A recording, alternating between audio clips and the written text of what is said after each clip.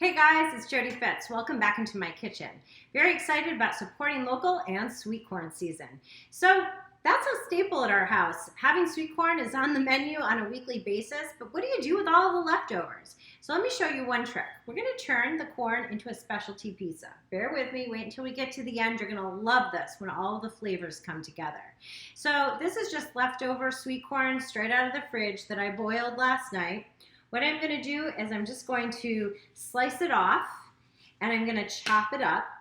And then what we're going to do is put it into a skillet. So here's the thing. You want to stir as you're cooking. You want to toast it to a nice golden brown. You don't want it to get blackened. And when that's all done, I'm just going to set it aside temporarily and I'm going to get the rest of my ingredients ready to go. All right, our next fresh ingredient is poblano peppers. These can be a little spicy if you eat them fresh and raw, but once we cook them up, they're not as strong with the heat, especially if you discard the seeds, which I have done. And I'm just gonna slice these into thin slices, and I'm gonna set these aside. Then I'm gonna add some fresh tomatoes. I'm gonna use grape tomatoes. I'm just gonna cut them into quarters. You can cut them in half if you prefer, it doesn't really matter. And we're gonna set those to the side. And then I'm gonna cut some red onion into thin slices as well.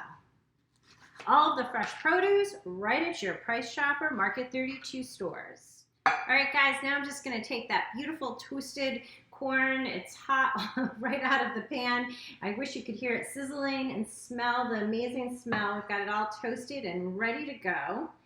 And now I'm simply going to take all of the other fresh ingredients and I'm just going to add them in with the corn, the peppers that we prepped, the tomatoes, and the sweet onion.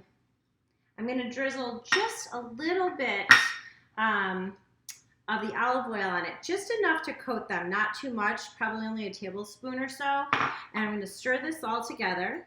It's beautiful, it's bright, it's vibrant in color, it's going to make a gorgeous pizza.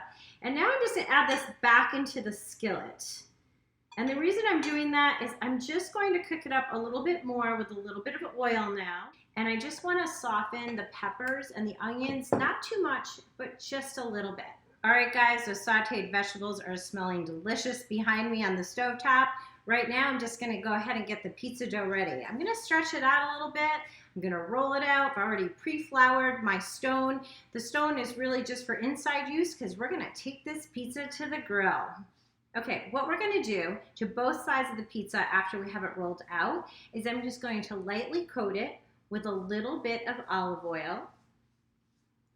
And then I'm going to take a clove of garlic that I peeled and cut in half, and I'm just going to rub it over the top. We want to add a little bit of flavor, but not too much. And then I'm going to shred some fresh mozzarella cheese and some fresco cheese, which is a Mexican crumbling cheese. My grill has been heating, so it's nice and hot. I'm going to turn it down to a low. I'm going to stretch my dough onto it, see how it changes shape when you stretch it out and put it onto the grill very carefully. And then I'm going to toast that bottom of the pizza. You're going to keep a close eye on it. When it's done, it only needs a few minutes. We're going to flip it over and we're going to turn the grill off. And while the other side is cooking, what we're going to do is we're going to add all those beautiful cheeses, all those fresh, gorgeous vegetables. We're going to close the cover. We're going to let everything sort of toast up. Even though the grill's turned off, it's still going to cook because it's hot in there. This summer specialty pizza is hot off the grill. This looks great, smells delicious, and it's a super way to use up that leftover sweet corn. I always like a little bit of balsamic glaze on top of mine. A special shout out of thanks to Kinderhook Creek Farms. They recently hosted me at the farm to talk all things sweet corn. All right guys, stay tuned for more easy recipes from my kitchen to yours. Have an awesome August.